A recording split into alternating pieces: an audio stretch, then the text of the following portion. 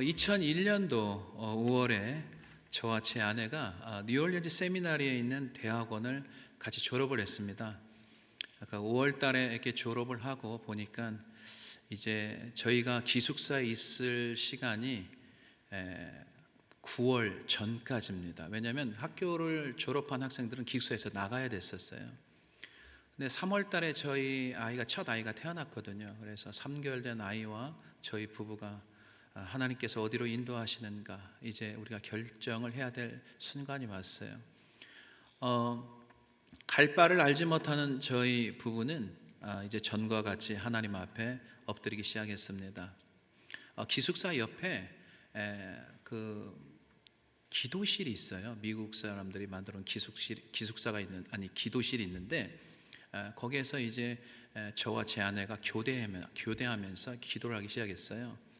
근데 이제 미국 기도실에는 뭐가 꼭 있냐면은 사인업하는 그 책이 있어요. 북이 있어요. 그래서 몇 월 며칠 제 이름 사인하고 또 들어가고 나오고 그러거든요. 사인을 하면서 기도하고 나오면서 하나님, 저희가 어디로 가야 됩니까? 항상 그러나 좀 염려와 걱정이 있었지만 늘 하나님을 기대하면서 나가기 시작했습니다. 한 2달쯤 됐을까요? 이제 두 교회에서 연락이 왔는데 커뮤니티가 그렇게 크지는 않지만 fully support 할 수 있는 그런 교회들이었어요. 그래서 이제는 결정할 시기만 기다리고 있었는데 그때에 제가 아는 교수님에게 전화가 왔습니다. 목사님, 이 목사님, 알래스카에 앵커리지라는 곳이 있는데 한인들이 한 5천 명이 있습니다. 한 5천 명이니까 젊으시니까 한번 개척해 보는 게 어떻겠습니까? 두 가정이 기다리고 있습니다. 딱 이렇게 말씀하시더라고요. 그리고 그 다음 말이 더 좀 기가 막혔어요. 뭐냐면은 그러나 재정적으로 아무런 서포트 할 수 없습니다. 그리고 건물도 없습니다. 이런 말씀을 하시더라고요. 그래서 예 알겠습니다. 이제 대답은 잘하잖아요. 예 알겠습니다. 속마음은 또 안 그렇잖아요. 그러면서 기도해 보겠습니다. 이렇게 했어요. 근데 전화를 끊고 보니까 기도를 해야겠다는 또 생각이 들더라고요. 그래서 하나님 앞에 3일 금식을 하기 시작했습니다. 첫째 날 별 아무런 반응이 없어요. 둘째 날도 별 반응이 없는데 셋째 날이 되니까 두 가정이 기다린다는 소리가 계속 제 귓가에서 떠나질 않는 거예요.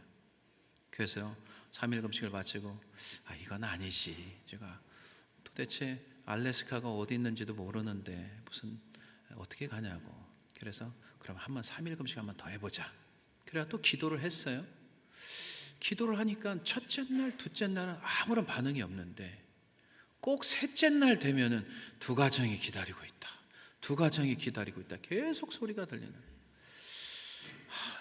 이거 아닌데 한 번 더 해보자. 3일 금식을 한 번 또 3번째 했어요. 첫째 날, 둘째 날 여전히 반응은 없는데 꼭 셋째 날 이게 문제예요. 그래가지고 두 가정이 기다리고 있다. 4번째도 했는데 똑같아요. 그래서 하나님 앞에 이제 마지막 5번째 해서 이제 결단을 해야겠다. 그래서 이제 5번째도 좀 조심스럽게 첫째 날도 아무런 반응이 없어요. 둘째 날도 아무런 반응이 없어요. 근데 꼭 셋째 날에 두 가정이 기다리고 있다. 계속 귓가에 맴도는 거예요. 거기다가 또 확인까지 해주시는데 여러분 아시겠지만 이제 모세가 죽고 난 다음에 여호수아가 2세대를 이끌고 가나안 땅으로 들어갈 때 여러분 여호수아가 얼마나 걱정스러웠겠어요. 왜냐하면 앞에서 일하는 리더와 또 2인자하고는 역할이 다르잖아요. 그때 하나님께 주시는 메시지가 있습니다. 그게 이제 여호수아서 1장 9절인데 내가 내게 명령한 것이 아니냐? 강하고 담대하라. 두려워하지 말며 놀라지 말라. 내가 어디로 가든지 내 하나님 여호와가 너와 함께 하느니라 하시니라. 아멘. 그 말씀까지 딱 주니까 제가 어떻게 할 수 없겠더라고요. 그래서 두 손 다 들고 이제는 하나님께서 명령하신 대로 가야 되겠구나. 더 위로가 되는 것 중에 하나가 뭐냐면 나만 가는 게 아니고 하나님이 함께 가시는구나. 그런 확신이 들었어요. 너무 이게 그래도 그 응답을 받고 하니까 마음에 기쁨이 있어서 제 아내한테 이제 그 다음 날 아침에 제 아내가 이제 또 아르바이트로 일하러 갈 때였거든요. 그래서 여보, 야 우리 알래스카로 개척하러 가자 해서 기쁘게 이야기를 했어요. 그랬더니 제 아내가 저를 딱 쳐다보더니 그래요? 하나님과 목사님만 가세요. 딱 그러더라고요. 저는 안 갑니다. 그러더라고요. 제가 깜짝 놀랐어요.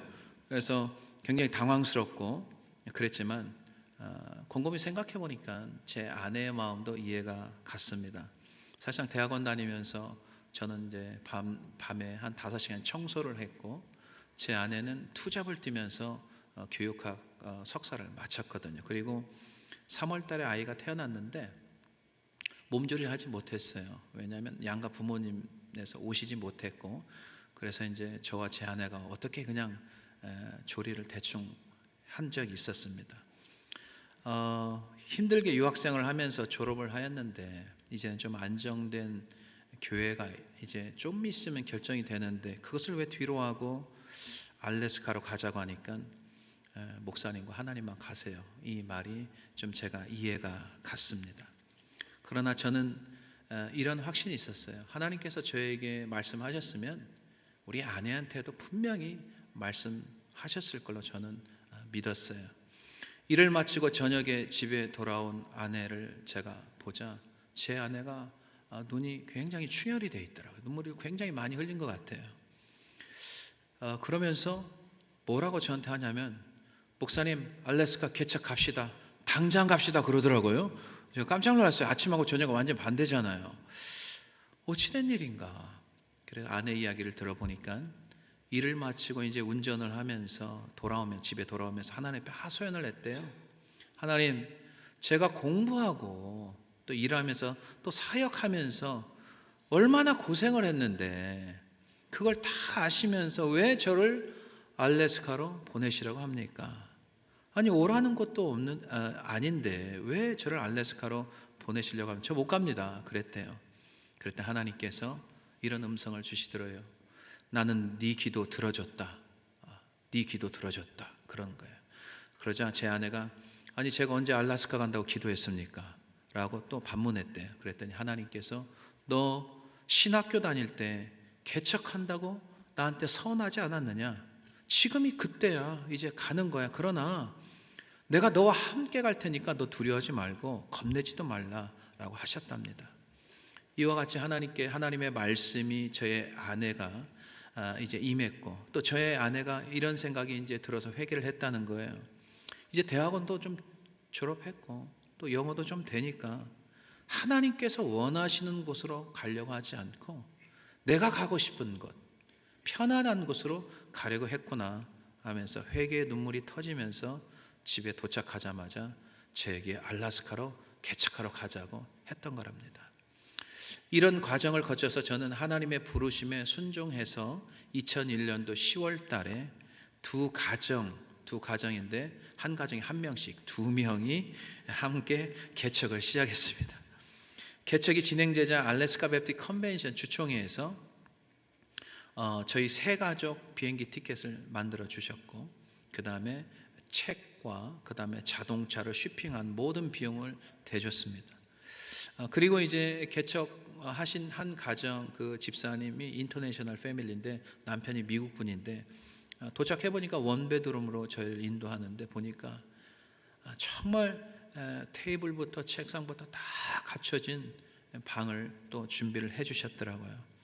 그리고 저희가 이제 개척하고 2년 4개월 만에 이제 교회 연합을 했거든요. 연합하기 전까지 교회 체크를 발행하는데 한 번도 마이너스가 나지 않고 하나님께서 시마다, 하나님께서 때마다 먹여주시고 입혀주셨습니다. 사랑하는 성도 여러분, 어떤 갑작스런 위기 상황이 찾아오건 또 어떤 일을 결정할 때든 반드시 하나님 앞에 엎드려야 올바른 길이 열릴 줄로 믿습니다. 위기 상황 속에서 우리 마음속에는요, 항상 쉬운 길, 지름길, 눈에 보기 좋은 것을 택하고 싶지만 하나님께 묻지 않는 그 길에는 반드시 함정이 도사리고 있습니다. 우리를 아신 하나님께서 가장 최선의 길을 보여주시고 인도해 주심을 믿고 나가시기를 주님의 이름으로 간절히 축원해 드립니다. 그렇다면 우리가 왜 하나님 앞에 엎드려야 되는가? 굉장히 중요합니다. 첫 번째, 승패는 기도의 자리에서 결정되기 때문입니다. 자, 9절 우리 다 같이 한번 읽도록 하겠습니다. 9절 시작. 모세가 여호수아에게 이르되 우리를 위하여 사람들을 택하여 나가사 아말렉과 싸우라. 내일 내가 하나님의 지팡이를 손에 잡고 산 꼭대기에 서리라. 아멘. 본문 8절에 보면은요, 그때 이 아말렉이 와서 이스라엘과 르비딤에서 싸운다고 했어요. 그때는 어느 때인가 하면은 이스라엘 백성들이 출애굽해서 신광야 르비딤에 장막을 쳤으나, 그러니까 이 사람들은 이제 목양을 하기 때문에 장막이란 텐트를 치고 다니잖아요. 근데 마실 물이 없자 엔모습이 또 돌아오는 거죠. 이스라엘 백성들의 특징이 뭐냐면요, 좀 자기 상황에 좀 어려움이 생기면 항상 불평불만. 왜 우리를 여기서 출애굽했느냐, 우리 매장지가 없어 우리를 이곳으로 나오게 했느냐, 항상 불평했거든요. 그러나 모세는 그렇지 않았어요. 어려움이 생길 때마다 하나님 앞에 엎드려 기도하기 시작합니다. 이게 모세와 이스라엘 백성들의 차이점이었어요. 모세가 하나님께 기도했을 때 하나님께서 뭐라고 말씀하시냐, 반석을 쳐라. 그리하면 거기에서 물이 나올 것이다 라고 해요. 모세가 기도하고 그리고 하나님 말씀하신 성경에 보니까 그대로 순종했다고 했어요. 그랬더니 물이 나왔고 백성들이 쉬면서 물을 마시고 있는 그 찰나에 아말렉이 공격해 온 것입니다. 여러분, 신명기 25장 18절에 보면 아말렉은 이스라엘 백성이 피곤할 때에 내 뒤에서 떨어진 약한 자들을 쳤고 하나님을 두려워하지 않는 자들이라고 정의를 내립니다. 아말렉은 예수의 후손인데 하나로 예돔족 속에 속한 자인데 세상적이고 육신적인 것을 상징하고 있습니다. 이때 모세는 여호수아에게 너희는 사람을 택하여서 아말렉과 싸워라 하고 모세가 어디로 갑니까? 아론과 훌을 데리고 산꼭대기로 올라가기 시작합니다. 모세가 두 손을 들고 기도하는데 이상하게 모세가 손을 들고 기도하면 전쟁 상황이 이스라엘이 승리하는 거고요. 모세가 피곤해서 손을 내리면요, 상황이 보니까 아말렉이 또 이기는 거. 이것을 이제 아론과 훌이 보고, 그래서 모세를 자리에 돌에 위에 앉혀놓고 한 사람은 이쪽 손을 한 사람은 저쪽 손을 계속 붙들어 올린 거죠. 그래서 모세의 팔이 내려오지 않자 이스라엘이 전쟁에서 계속 승리하고 있었던 거죠. 여러분, 우리가 여기에서 한 가지 깨달아야 굉장히 중요한 사실이 있습니다. 여러분, 전쟁은요, 전쟁터에서 승부가 나는 게 아니에요. 영적인 전쟁은 기도의 자리에서 승패가 결정된다는 사실을 오늘 다시 한번 깨달아야 될 줄로 믿습니다. 여러분, 사무엘상 17장에 보면 믿음의 소년 다윗과 블레셋 장수 골리앗과 맞대결하는 장면이 나오죠. 이때 믿음의 소년, 신실한 믿음의 소년이 이 골리앗 장수 앞에서 굉장히 중요한 말을 합니다. 사무엘상 17장 47절에 또 여호와의 구원하심이 칼과 창에 있지 아니함을 이 무리에게 알게 하리라. 그 다음부터 다 같이 한번 읽습니다. 시작. 전쟁은 여호와께 속한 것인지 그가 너희를 우리 손에 넘기시리라. 아멘. 전쟁은요, 사람의 힘의 능으로 하는 게 아니에요. 하나님의 손에 달려있다는 사실을 우리가 다시 한번 오늘 이 시간에 깨달아야 될 줄로 믿습니다. 기도하지 않고 우리의 인생이란 전쟁터에 있으면서 인생이 흔들리고 패배할 수밖에 없어요. 우리의 승리를 보장하시는 하나님을 붙드는 기도의 인생으로 우리가 세워져 나가야 되는 거예요. 기도가 전쟁의 승패를 좌지우지하기 때문입니다. 기도는 평생 하는 것이고 쉬지 않고 하는 것이고 기도는 계속 해야 되는 것입니다. 저는 2001년도 10월에 개척을 했어요. 그리고 2004년도 3월에 그 지역에서 가장 오래된 제일한 침례교회 교회와 그 당시 24년 됐어요. 연합을 하기 시작했어요. 연합된 24년 된 교회 역사를 살펴보니까 24년 동안 무려 7명의 목회자가 이제 바뀌었어요. 교회를 연합하고 나니까 그것이 이해가 됐습니다. 교회밭이 너무나 터프했어요. 거칠었어요. 도대체 해답이 나오지 않는 거예요, 교회를. 왜냐하면 교회가 갈등이 있으면은 목사님을 찬성하는 팀, 또 반대하는 팀이 있고요. 그 다음에 저희 개척교회 가족들 있잖아요. 또 같이 합치면 그룹이 세 그룹이에요. 세 그룹을 하나로 잘 이끌어 가야 되는데 도대체 해답이 나오지 않는 거예요. 그래서 전과하던 대로 항상 20대 초반부터 하나님께 훈련시키는 기도거든요. 기도 훈련이거든요. 문제 있으면 무조건, 문제가 있건 없건 무조건 엎드리는 거예요. 이게 계속 해왔던 거니까 하나님 앞에 습관대로 새벽마다 무릎 꿇고 하나님께 간절히 기도했어요. 몇 명의 새벽 성도들과 중보기도하면서 교회를 잘 회복할 수 있는 길을 하나님께서 열어달라고 기도하기 시작했어요. 얼마 되지 않아서 하나님께서 이제 저희에게 세 가지 성령의 감동의 지혜를 주셨어요. 첫 번째는 너는 생수만 부으면 된다가 첫 번째였고, 두 번째는 너는 구제와 선교에 힘을 써야 되고, 세 번째는 부정적인 말을 제거하고 믿음의 언어, 감사의 언어를 사용해야 된다는 감동이었어요. 첫 번째 생수를 부으라는 것은 다른 게 아니잖아요. 목회자가 강단에서 말씀을 잘 준비해서 하나님의 말씀을 선포하는 게 그거 아니겠어요. 그래서 그 일을 계속 해왔고, 그 다음에 그동안 구제와 선교가 전무했던 교회였더라고요. 그래서 무너진 교회에 새로운 선교 비전을 세워졌어요. 그래서 백교회 선교 네트워킹이라는 비전을 세우고, 이게 뭐냐면은 이제 우리가 선교와 구제를 이렇게 도울 때 기도와 물질로 돕지 않아요. 근데 기도와 물질로만 돕는 게 아니라 그 기도와 물질을 받는 선교사님이나 또 어려운 목회자에게 꼭 우리를 위해서 기도해 달라고 그게 부탁을 드렸어요. 우리 교회를 위해서도 꼭 기도해 줘야 된다. 이게 지침이었어요. 그래서 그걸 했어요. 그런데 그걸 하려고 트라이를 하니까 성도님들이 다 반대를 했어요. 목사님, 지금 우리 교회도 지금 페이먼하기도 감당하기 어려운데 어떻게 일을 하시려고 그럽니까? 어떻게 인간적인 논리적으로 보면 그 말이 맞죠. 그렇죠? 왜냐하면 당시에 본당 지붕에 막 물이 새가지고 바켓을 비가 올 때면 몇 개씩 내놓고 물을 담고 그랬었거든요. 저는 성도들에게 이렇게 설득했습니다. 하나님의 교회는 인간적인 생각으로 세워지는 게 아닙니다. 교회의 머리 대신 예수 그리스도의 말씀대로 우리가 순종하고 나간다면 반드시 하나님께서 우리 교회를 책임져 주실 줄로 저는 믿습니다 라고 이제 설득을 했어요. 감사하게 성도님들이 다 따라줬어요. 그래서 10명의 정도의 목장원을 조직하고 또 이게 만들어서 20불씩, 한 사람이 한 달에 20불씩 해서 200불이 모아지면 이렇게 보내고 계속 보내는 훈련, 교회 물질을 밖으로 계속 흐르게 하는 그런 일들을 했습니다. 또한 마지막으로 교회가 끊임없이 갈등을 하고 반복을 하면은 성도들의 문이 닫히고 마음밭이 굉장히 거칠어져요. 마음밭이 거칠어지기 시작하면은 마음에서 나오는 게 쓴물이 나와요.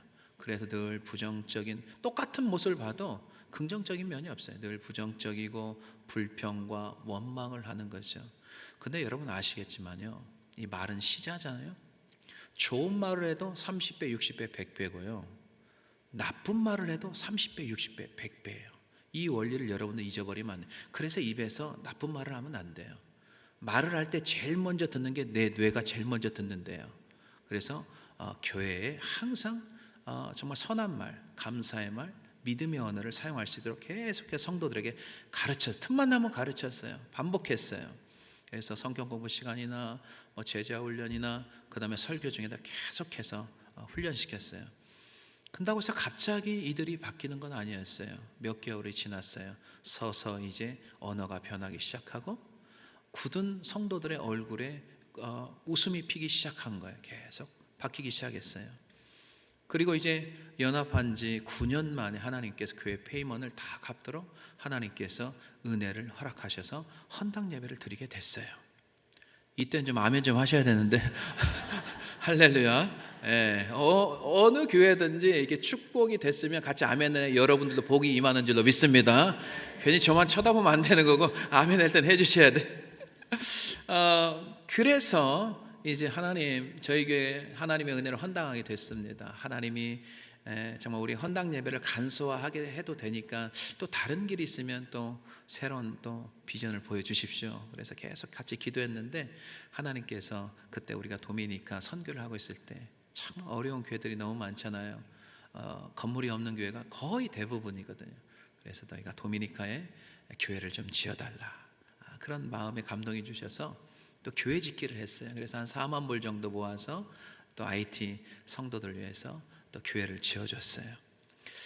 선교와 구제는 지금도 끊임없이 진행 중이며 동시에 하나님께서도 재정도 넉넉하게 채워주심을 믿습니다.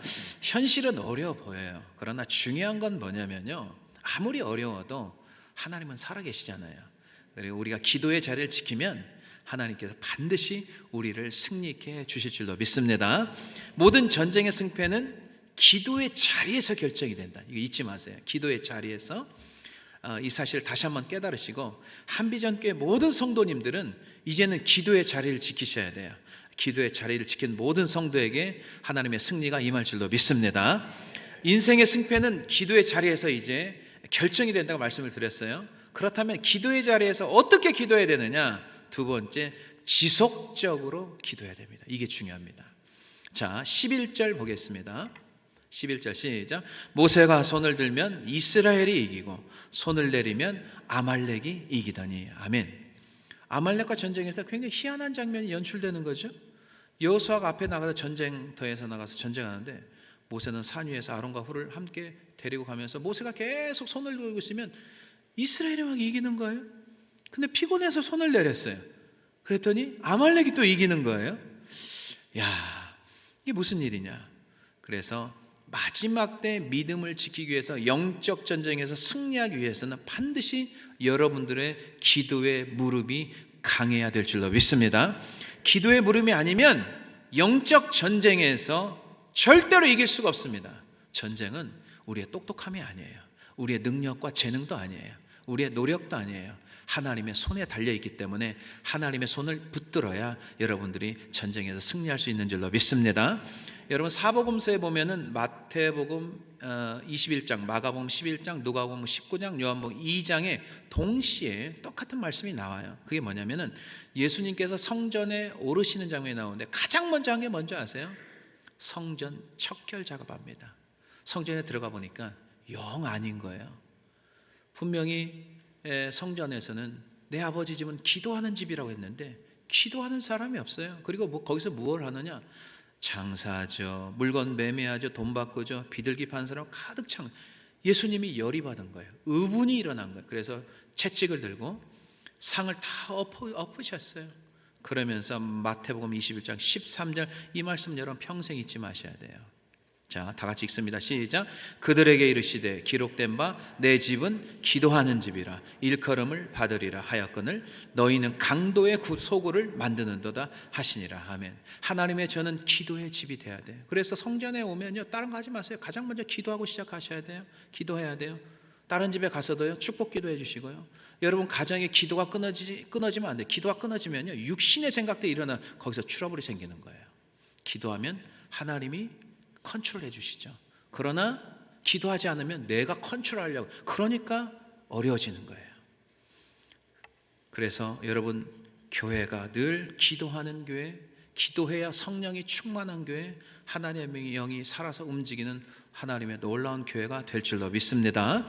제가 한국에서 신학교를 다닐 때 이래요. 매일 아침 저녁으로 기도의 시간을 정해서 갑니다. 새벽에는 새벽 기도 끝나고 신학생들이 기도하니까, 그때 당시에는 신학교 강당이 굉장히 커요. 근데 그 앞에 콘크리트로 돼 있어요. 지금은 칼펫으로 다 깔렸더라고요. 콘크리트 했는데 말씀을 마치고요, 그 다음에 제가 제일 먼저 앞으로 달려갑니다. 그래서 무릎을 탁 꿇어요. 근데 굉장히 추워요. 무릎이 쉬어요. 왜냐하면 찬 기운이 올라와요. 그래도 우리 신학생들이 먼저 하나님 앞에 기도해야 졸업하고 필드에서, 정말 이게 습관이 안 되면 기도가 또 안 되잖아요. 그래서 기도하면은 후배들이 다 같이 무릎 꿇고 같이 기도할 그런 때가 있었어요. 그리고 저녁에요, 또 식사하고 강당에서 기도하면 신학생들이 얼마나 많이 기도하는지 몰라요. 딱 들어가면요, 영적인 열기가 느껴져요. 후끈후끈해요. 막 영적인 열기가요. 그래서 앉으면 기도에 그냥 줄이 잡을 필요도 없어요. 그냥 앉으면 기도가 저절로 되는 거예요. 기도가 저절로 돼요. 근데요, 이제 여름방학이 됐어요. 여름방학이 되니까 신학생들이 다 고향으로 돌아가잖아요. 그리고 고향 교회를 섬기다가 또 다시 학기가 시작되면 오거든요. 저는 그때 이제 주중에 뭘 했냐면은, 우리 학교가 그 건물 공사하는 부분들이 있어가지고, 내가 좀 노가다를 뛰어서 좀 학비 좀 벌고 해야겠다 해서 주중에는 일을 하고 12시간씩, 그 다음에 주말에 고향 교회 가서 좀 봉사하고 이렇게 했었어요. 그래서 이제 제가 갑자기 어떤 마음이 들면, 하나님, 제가 일을 아무리 힘들어도 저녁에 7시에 꼭 가서 하나님 앞에 기도할게요 라고 저도 모르게 서원을 한 거예요. 근데 12시간씩 일을 하니까 너무 피곤한 거예요. 그래서 이제 저녁을 먹으니까 더 몸이 노곤노곤해지잖아요. 그래서 기도가 가기 싫은 거예요. 내가 괜히 말을 했구나. 하나님 앞에 갈까 말까 고민하다가 그래도 서원을 한 거잖아요. 서원은 지켜야 되니까 억지로 갔어요. 갔는데 강당에 딱 들어가니까 학기 때와 영적인 분위기가 완전히 다른 거예요. 그때는 막 열기가 막 뜨거워가지고 기도가 저절로 됐는데 들어가니까 벌써 머리가 쭈삣쭈삣 해가지고요. 이게 무서운 마음이 드는 거예요. 이거 학기 중하고 강당이 전혀 분위기가 다른 거예요. 근데 앉아서 기도를 막 하려고 하니까 기도가 또 잘 안 되는 거예요. 왜냐하면 기도하는 자리가 기도를 안 하다 보니까 다시 영적인 분위기가 확 바뀐 거예요. 그래 한 30분 동안 막 애를 쓰면서 기도해서 간신히 기도하고 그 다음 날에 또 기도의 자리 가면 또 똑같은 거예요. 그래서 막 얼마나 힘들게 기도하고 영적인 전쟁이 있었는지 제가 그때를 기억을 해요. 제가 그때를 생각하면서 한 가지 깨달은 게 있어요. 교회가 기도하지 않고 가정이 기도하지 않고 내가 기도하지 않으면 동일한 현상이 나타날 수 있겠구나. 기도하지 않으니 영적인 뜨거움이 사라져버리고 어둠의 세력이 두려움에 압도되게, 그 세력과 두려움에 압도되어서 된다는 사실을 제가 그때 깨달은 거예요. 그래서 교회는 날마다 기도해야 됩니다. 우리의 가정이 기도해야 되고 우리 자신들이 하나님 앞에 엎드려 간절히 기도해야 될 줄로 믿습니다. 사무엘상 12장의 사무엘의 고별 설교를 보면은 사무엘은 평생 동안 기도했다는 장면이 나와요. 기도의 어머니 한나, 사무엘 때문에 얼마나 기도를 많이 눈물로 처절하게 기도했던 어머니의 기도, 그 신실한 믿음으로 살아간 사무엘 선지자는 평생 이런 고백을 하면서 기도의 사람이었다는 것을 알 수 있습니다. 사무엘상 12장 23절 이 말씀이 여러분과 저의 고백이 되어야 될 줄로 믿습니다. 다 같이 한번 읽습니다. 나는 너희를 위하여 기도하기를 쉬는 죄를 여호와 앞에 결단코 범하지 아니하고 선하고 의로운 길을 너희에게 가르칠 것인즉. 아멘. 기도하기를 쉬는 죄라고 표현하죠. 여호와 앞에 결단코 범하지 않고 이런 고백합니다. 사무엘하 7장에 다윗의 기도가 나오는데 다윗은 기도의 사람이었어요. 전쟁할 때마다 하나님의 늘 여쭙는 습관이 있어요. 하나님, 이 전쟁이 어떻게 해야 됩니까? 그럼 하나님께서 앤서 해주고, 이럴 때는 어떻게 해야 됩니까? 하나님 앞에 늘 앤서를 받아요. 그러니까 전쟁에 가는 곳마다 승리하는 거예요. 사무엘하 8장에 보면 주변 나라들을 정복하는 장면이 나오거든요. 블레셋, 모압, 에돔, 다메섹, 아람 주변 나라를 싸워서 승리하는데, 그런데 여기서 굉장히 중요한 것을 우리가 발견할 수 있습니다. 사무엘하 8장 14절 다윗이 에돔의 수비대를 두되 온 에돔의 수비대를 두니 에돔 사람이 다 다윗의 종이 되니라. 여기서부터 다 같이 읽습니다. 시작. 다윗이 어디로 가든지 여호와께서 이기게 하셨더라. 아멘. 중요합니다. 다윗이 능력이 있어서 전쟁에 이긴 게 아니에요. 다윗이 실력이 있어서 전쟁에 이긴 게 아니에요. 하나님께서 이기게 하셨더라. 이게 중요한 원리인 것입니다. 기도할 때마다 하나님께서 전쟁에 이기게 해주신 거예요. 교회가 기도할 때 하나님의 역사를 경험하고 가정이 기도할 때 하나님께서 해결할 수 없는 문제를 해답을 주시고 우리가 기도할 때 어디로 가든지 하나님께서 이기게 하시는 놀라운 승리를 맛보는 우리 한비전교회 모든 성도님들이 다 되시기를 주님의 이름으로 간절히 축원해 드립니다. 마지막으로 보겠습니다. 승패는 기도의 자리에 결정되기 때문에 우리가 지속적인 기도를 해야 됩니다. 근데 꼭 필요한 것이 있어요. 그게 뭐냐면 세 번째, 기도의 동역자가 있어야 된다는 거예요. 12절에 보면 모세의 팔이 피곤함에 그들이 돌을 가져다가 모세 아래에 놓아 그가 그 위에 앉게 하고 아론과 훌이 한 사람은 이쪽에서 한 사람은 저쪽에서 모세의 손을 붙들어 올렸더니 그 손이 해가 지도록 내려오지 아니한지라. 아멘. 여러분, 산에 올라가서 모세의 기도의 손이 올라가면 전쟁터에서 승리하는 거죠. 이스라엘이 피곤해 소리 내려갔어요. 그럼 대적인 아말렉이 이기는 것을 아론과 훌이 봤다고 했어요. 그래서 아론과 훌이 모세의 양손을 다 들어주고 계속해서 이제 모세를 돕고 있는 동역자가 되는 거예요. 여러분, 우리 목사님 계십니다. 양손을 들어줘야 될 줄도 믿습니다. 함께 기도의 동역. 양팔에 매달리면 안 돼요. 매달리면 힘들어져요. 들어줘 주셔야 돼요. 그래야 우리가 전쟁에 승리할 수 있는 거죠. 기도의 손이 내려오지 않자 여호수아가 아말렉을 섬멸하고 결국은 여호와의 니스의 하나님을 경험하지 않습니까? 저는 제 아내를 한국에 신학교 다닐 때 만났어요.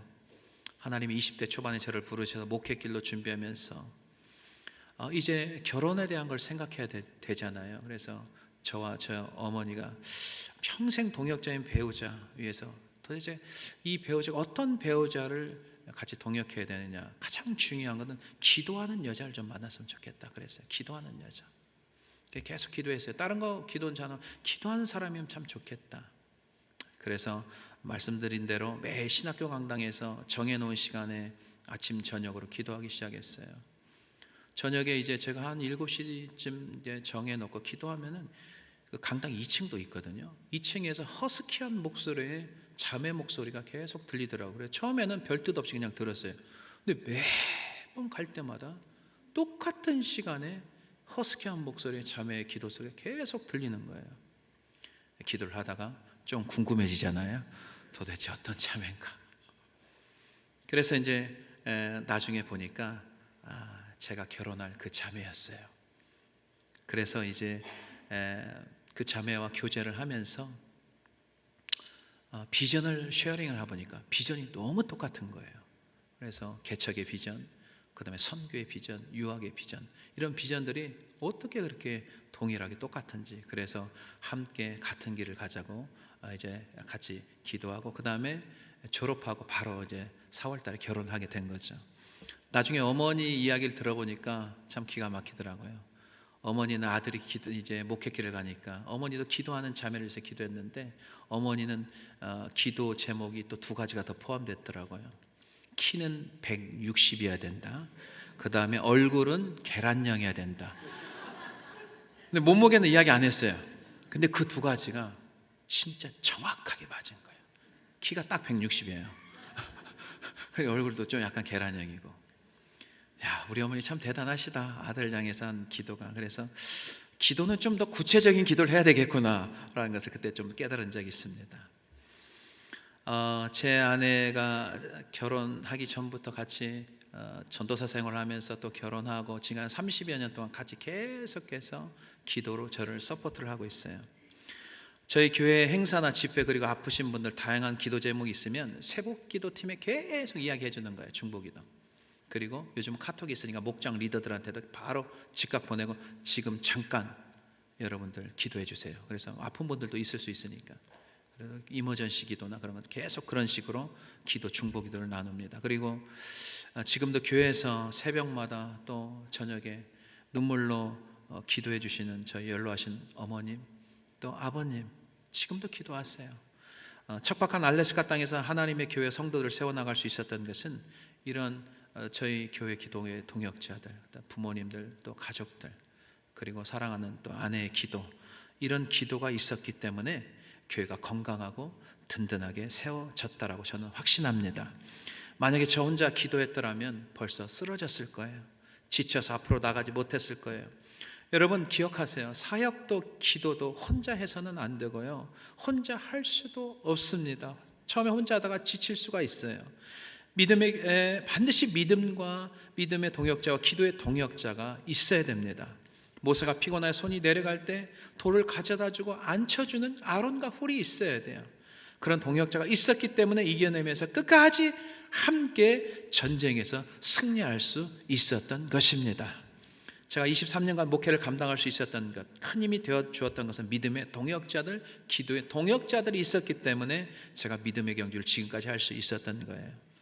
이런 동역자 중에 저는 교회 권사님 한 분을 좀 소개하고 싶어요. 이 권사님은요, 지난 20년 동안 새벽 예배 저보다 일찍 나오세요. 1시간 일찍 나오셔가지고 하시는 일이 뭐냐면 교회 쓰레기를 다 비우시고 그 다음에 찬양을 막 부르세요. 찬양을 막 부르세요. 그리고 매일 기도로 중보해 주시는 분이었어요. 10여 년쯤 된 이야기입니다.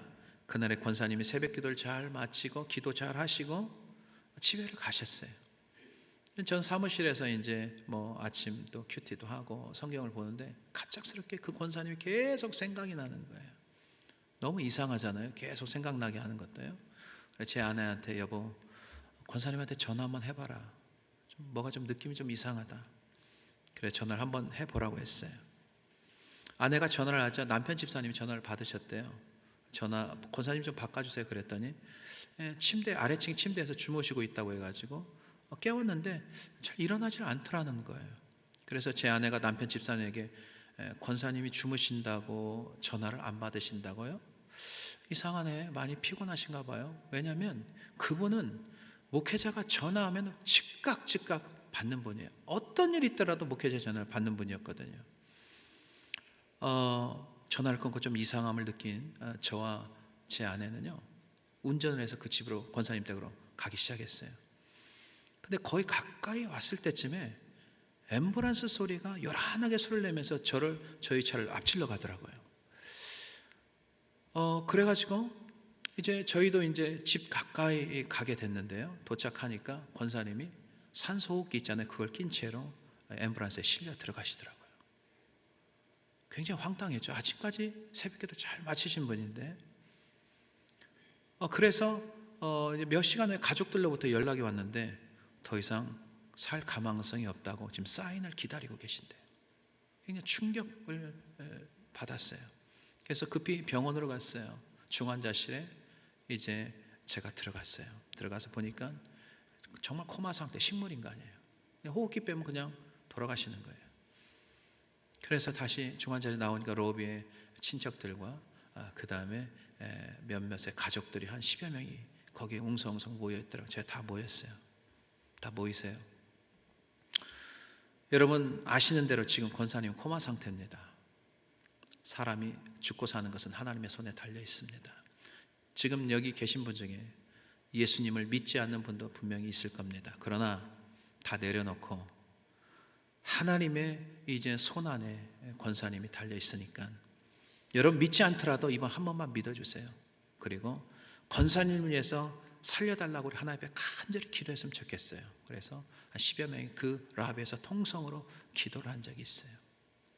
그리고 마치고 우리 교인들한테 계속 중보 기도를 요청하고 새벽마다 기도드렸어요. 하나님, 제 목회 현장에서 얼마나 많은 도움을 주셨고, 픽업부터 해서 또 새벽 예배, 또 쓰레기 비우고, 또 찬양하시고, 여러분 아시잖아요. 히스기야가 기도했을 때 그런 기도하잖아요. 그래서 하나님 앞에 간절히 눈물로 기도했어요. 며칠이 지났어요. 이 권사님이 서서히 살아나기 시작한 거예요. 이때는 아멘 하셔야 되는 거라고 했죠. 네. 남의 이야기로 생각하면 안 돼요, 이게. 살아나셔가지고요. 그 후로 10년 동안 또 똑같이 새벽에 나오셔서 쓰레기 비우시고 또 교회를 라이드 해주시고 열심히 봉사를 하고 계십니다. 할렐루야. 사랑하는 성도 여러분, 우리는 다시 하나님 앞에 엎드려야 됩니다. 혹시 기도에 동역자가 없어서 실망스러우십니까?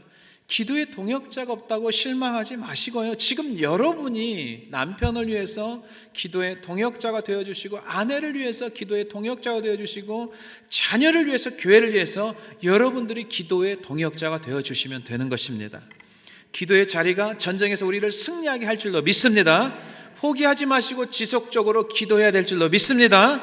하나님 나라와 교회와 가정을 위해서 다시 한번 우리가 한비전교회 모든 성도들이 무릎으로 꿇고 기도하여 승리하는 축복의 역사를 날마다 경험하는 교회 성도님들이 다 되시기를 주님의 이름으로 간절히 축원해 드립니다.